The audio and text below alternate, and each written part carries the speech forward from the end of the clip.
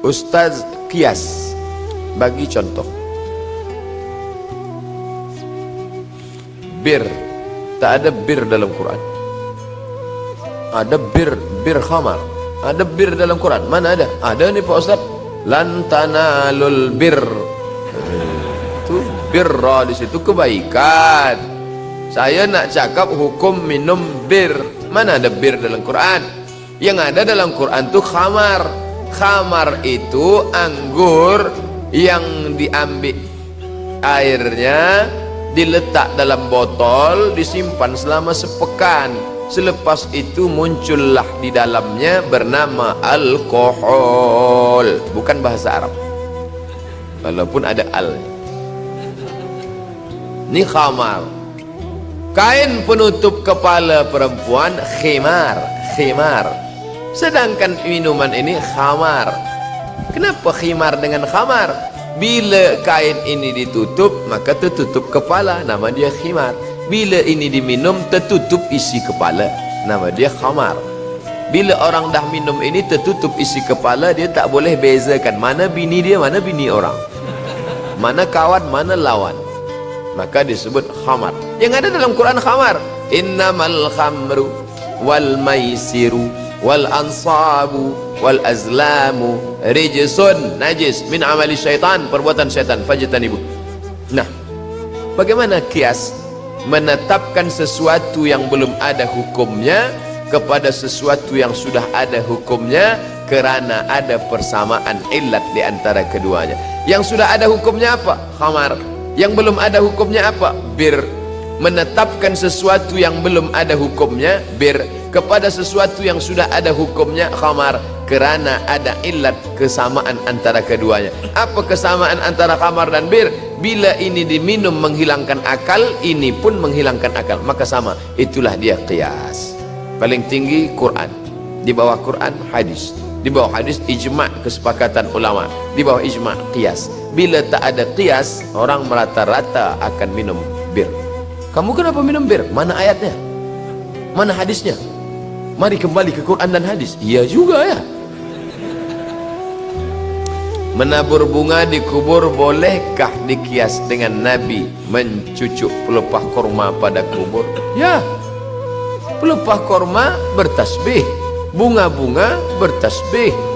Oh, kalau begitu saya tidak letak pelepah korma, jadi batang korma ditanam sekali. Maka sebenarnya orang yang alim tidak berpikir tentang dia cari keselamatan melalui pokok kayu, tapi dia sedang berpikir, satu, sedangkan pelepah korma saja bertasbih, aku mengapa tidak? Pelepah korma yang tidak akan diazab sebab tak ada akal, dia bertasbih. Aku manusia dibagi akal, kenapa aku tak bertasbih? Padahal aku sudah dimuliakan. Begitu cara berpikirnya.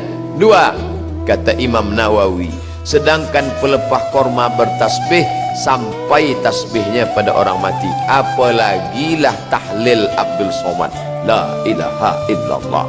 Di situ letak kias.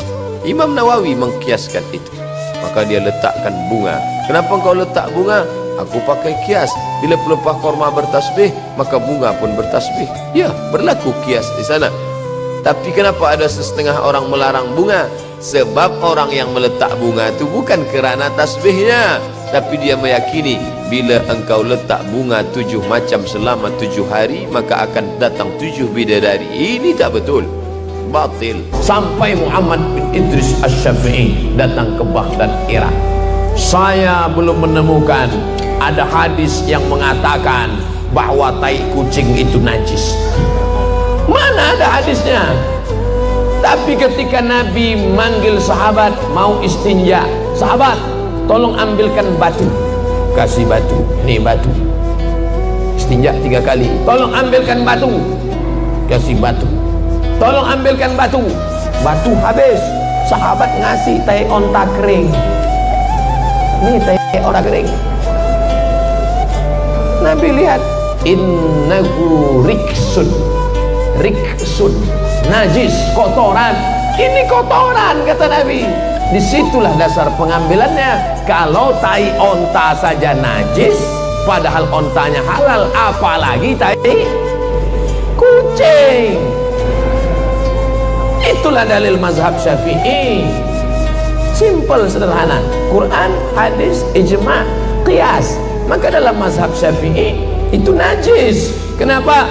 Karena onta yang halal aja taiknya najis, apalagi kucing. Tapi kucing tidak najis. Kalau kucing ketemu dengan kita, dia ekornya dia enggak najis, kecuali kalau kucing itu mencret. Nah, ini penting, bahwa ada perbedaan beberapa mazhab harus dijelaskan.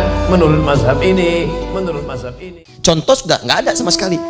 Dalilnya samar, nggak kelihatan langsung ada. Bukan tidak ada, tapi harus mencari dulu, berliku baru ketemu. Oh, ini maksudnya. Bahkan harus menemukan cara untuk mencari dalil itu. Pencariannya bisa menganalogikan apa yang disebut dengan kias namanya. Dianalogikan dengan dalil yang sudah ada untuk menemukan hukum yang belum ada. Contoh, sering saya sampaikan. Ketika Islam meluas, masuk ke wilayah-wilayah yang makanannya tidak sama dengan makanan orang Arab pada saat itu. Maka Muawiyah pun ditanya bagaimana ini solusinya. Maka kata beliau cerdas sekali, ada irqon. Kurma itu jangan dilihat kurmanya, jangan dilihat gandumnya, tapi dilihat itu makanan pokok bagi orang Arab.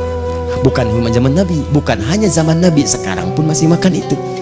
Karena kurma itu, gandum itu makanan pokok, maka yang dilihat jangan kurmanya, yang dilihat sama-sama makanan pokoknya. Jadi kalau di satu tempat makanan pokoknya bukan gandum, bukan kurma, maka boleh dia digunakan sebagai bagian dari zakat. Karena ini beras sama-sama makanan pokok, maka bolehlah kemudian ulama sepakat zakat menggunakan beras. Metode ini disebut dengan qiyas. Ini bagian dari dalil. Dalil langsung tidak ada, contoh langsung tidak ada. Maka tidak setiap yang tidak ada contoh jangan dulu disebut bid'ah. Setiap belum ketemu dalil jangan disimpulkan bid'ah. Mungkin Anda yang kurang dalam mendalaminya. Cari. Kalau tidak ada kiasnya, berarti sudah. Jangan dikias-kiaskan. Sudah, ya. Jangan dikias-kiaskan. Kalau memang sudah kita ketemu tidak ada, sudah. Saya kiasnya seperti ini tuh, kayak megang pedang. Ya, misalkan megang pedang, pakai kanan dulu begini, sarungkan. So, itu bukan kias. Kias itu harus sama. Ya, awas hati-hati, al-qiyasu ma'al fariq batil.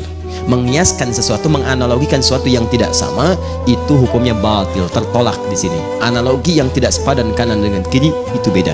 Seperti semalam, Ustadz dianalogikan dengan pencuri, itu tidak sama, batil.